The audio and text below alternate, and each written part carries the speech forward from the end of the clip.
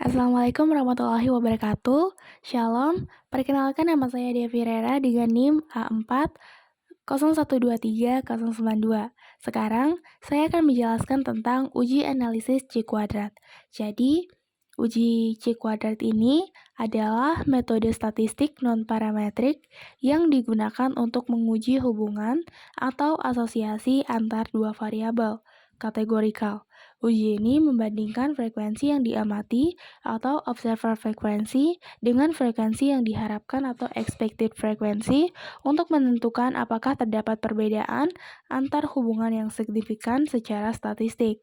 Nah, untuk lebih jelasnya lagi, kita masuk ke contoh soalnya.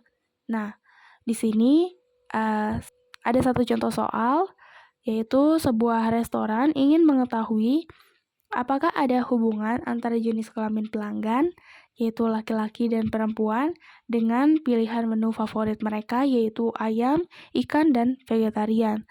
Data ini dikumpulkan dari 100 pelanggan dan hasil datanya sebagai berikut.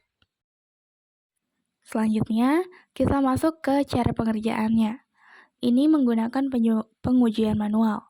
Nah, yang pertama, kita menentukan hipotesisnya dulu, HO dan H1-nya. Nah, HO itu adalah dugaan awal. Nah, kalau di soal itu, HO-nya adalah tidak ada hubungan antara jenis kelamin dan pilihan menu. Dan kalau H1-nya itu adalah klaim atau pernyataan yang ingin dibuktikan. Kalau di soal, yaitu H1-nya adalah ada hubungan antara jenis kelamin dan pilihan menu. Nah, langkah yang kedua itu kita menghitung frekuensi harapannya atau E.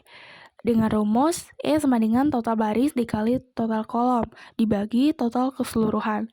Di sini dalam soal laki-laki yang membeli ayam sama dengan E 50 dikali 45 dibagi 100 sama dengan 22,5.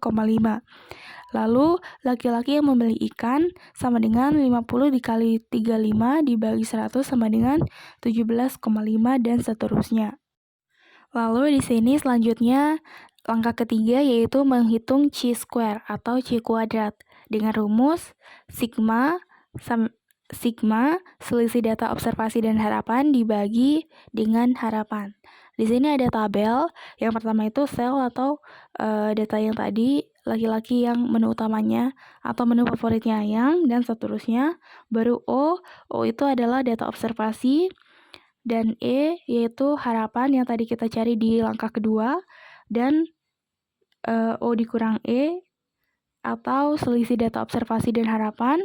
Cara mencarinya yaitu dengan mengurangi data observasi dan harapan. Contohnya itu data laki-laki yang menu favoritnya ayam. O atau observasinya itu 25 dan E-nya itu 22,5. Jadi tinggal dikurang, hasilnya itu 25. Jadi laki-laki yang menu favoritnya ayam, selisih data observasi dan harapannya itu yaitu 2,5.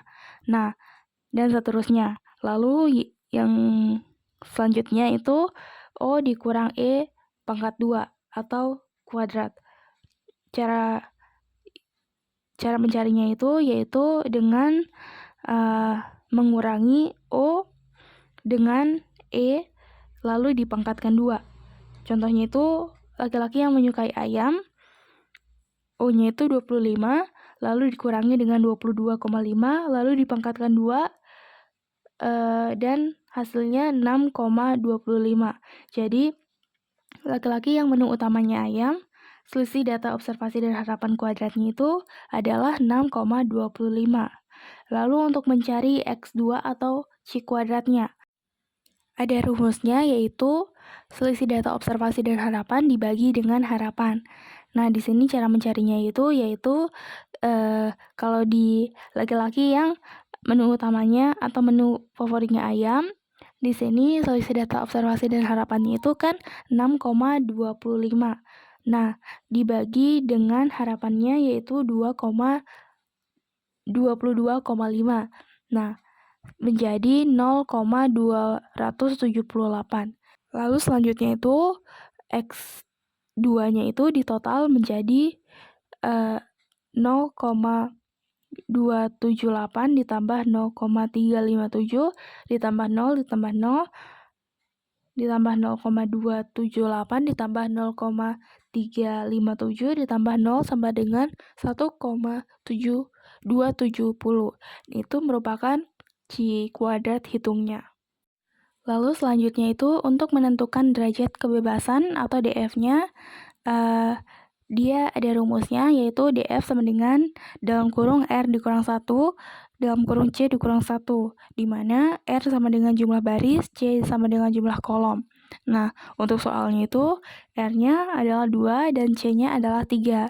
Jadi kita masukkan rumusnya, dalam kurung R sama dengan 1, dalam kurung C sama dengan 1, sama dengan dalam kurung 2 dikurang 1, dalam kurung 3 dikurang 1, sama dengan 2. Jadi DF-nya adalah 2. Kemudian kita membandingkan dengan Ci kuadrat tabelnya. Nah, karena ini membandingkan dengan Ci kuadrat tabelnya itu, kita membutuhkan Ci kuadrat tabelnya. Seperti yang di samping ini. Nah, sekarang karena untuk membandingkan ini juga dibutuhkan tingkat signifikansinya, dan dalam contoh soal itu tidak diberikan, maka kita memakai tingkat signifikansi 5% atau 0,05.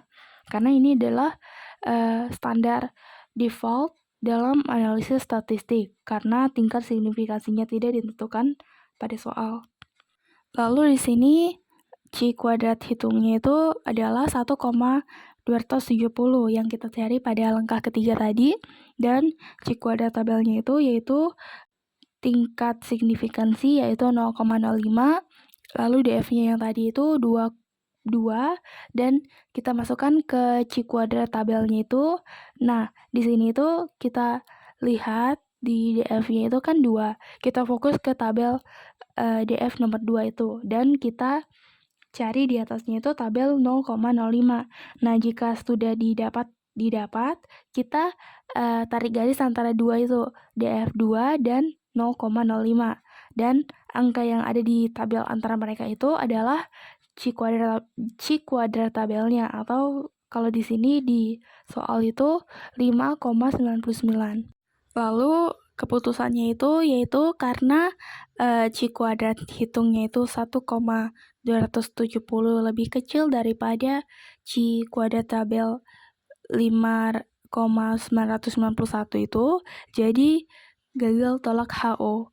Dan kesimpulannya itu yaitu tidak ada bukti statistik yang cukup untuk mengatakan adanya hubungan signifikansi antara jenis kelamin dan pilihan menu pada tingkat signifikansi 5%. Sekian materi dari saya.